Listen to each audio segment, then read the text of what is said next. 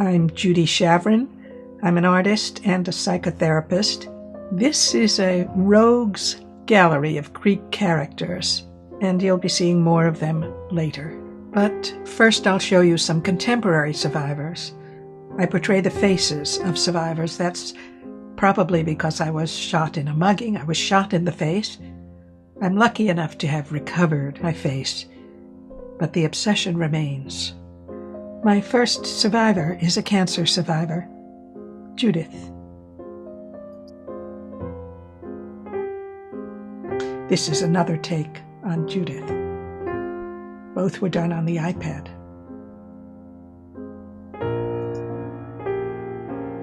Many people of color are survivors that have been through the mill. Brian is part African American, part Creole, part Choctaw. The first version of him I did on the iPad. Then I took a large piece of paper, 25 by 37, used charcoal and pastel to portray Brian. You might consider some immigrant families survivors too. They say it's down to the third generation, leaving the old world behind, adapting to the new. This is Yasmin. Maybe she's dreaming of her mother's life in the Middle East or of her life to come in the New World. And growing old kind of makes you into a survivor. This is called Life Like Leaves Falling.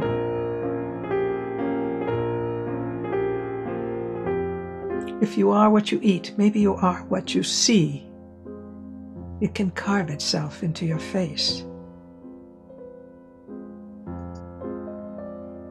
Julie is a splendid model. She is missing half of one arm. She can get a fierce look.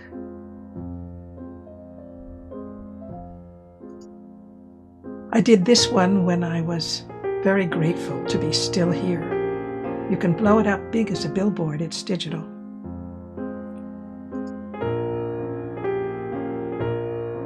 This one is a self-portrait. It's a scribble self-portrait.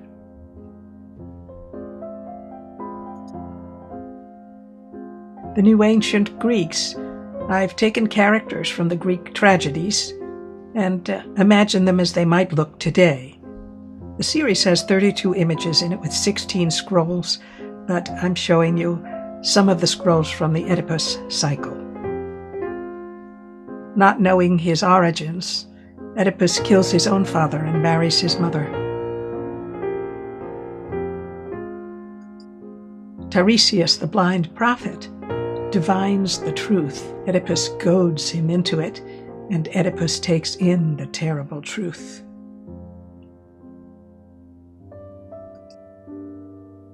Creon, the uncle and brother-in-law to Oedipus, claims the throne, but Antigone, daughter of Oedipus, resists his political scheming. I have to say, when I did her, I was thinking of Angela Davis. Oedipus in exile, a pariah, nobody would take him in but King Theseus of Athens. When the old man died, his bones became a protective blessing to Athens. I treated these scrolls as no traditional Chinese artist would. No kid gloves for the delicate paper. I just beat it up the way fate had beaten up these mythical Greek ancestors. Bearing Witness isn't a series, it's a grouping of survivor portraits, another grouping. The first two of them evolved from a stay on the Greek island of Lesbos.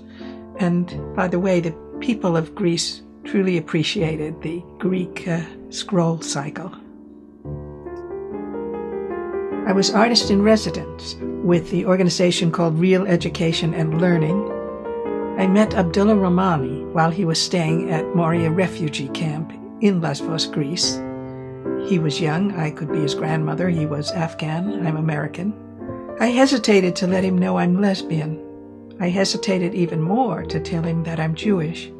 But nothing seems to come between us. We're fast friends. Still. This refugee woman, a friend photographed as she stepped on shore in Lesbos. She had escaped the Syrian war with her own grandchildren, but also with 6 more children she'd brought along. They had lost their mothers in the war.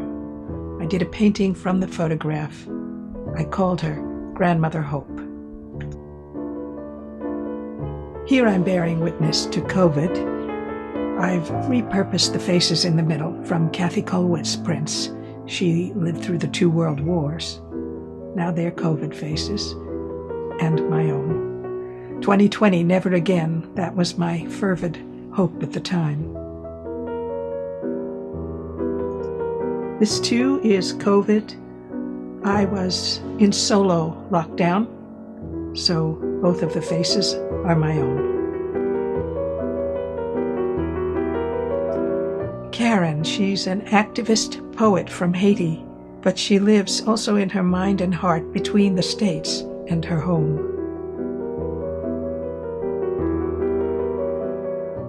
Samai is another displaced person. Her name in Mongolian means rose.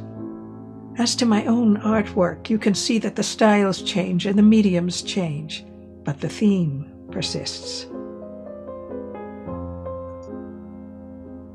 This is a series on pleated screens, temporary screens you might put on a big kitchen window. I put on a mask like a graffiti artist, spray painted, added charcoal and pastel. I started with gold spray paint, reminiscent of a Byzantine icon for Child of Sorrows.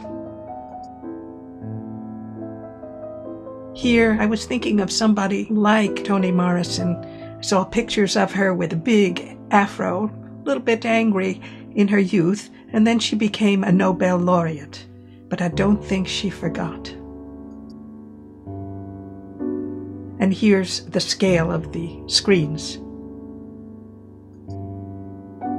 The stark strength of black and white, I just love it. So here's a grouping of iPad prints, and the prints draw on traditional genres like charcoal, etching, or sculpture. That's a kind of surviving the traditional encounters, the digital, they're iPad prints. Teresa with big hair, that's one of her several avatars. I do love this model. I accompanied the long dying process of a friend, and she was a therapist who also gave past life sessions. She believed she had been in the Holocaust. This one's Virginia Woolf. I believe she was someone like Vincent van Gogh, a visionary genius. But here's another attempt to capture Virginia. This time I went for her refinement. I imagined her final days.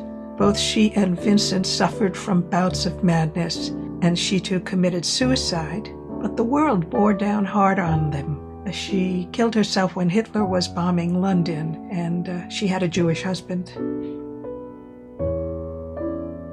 Not just the body, but the space, in, around, and through.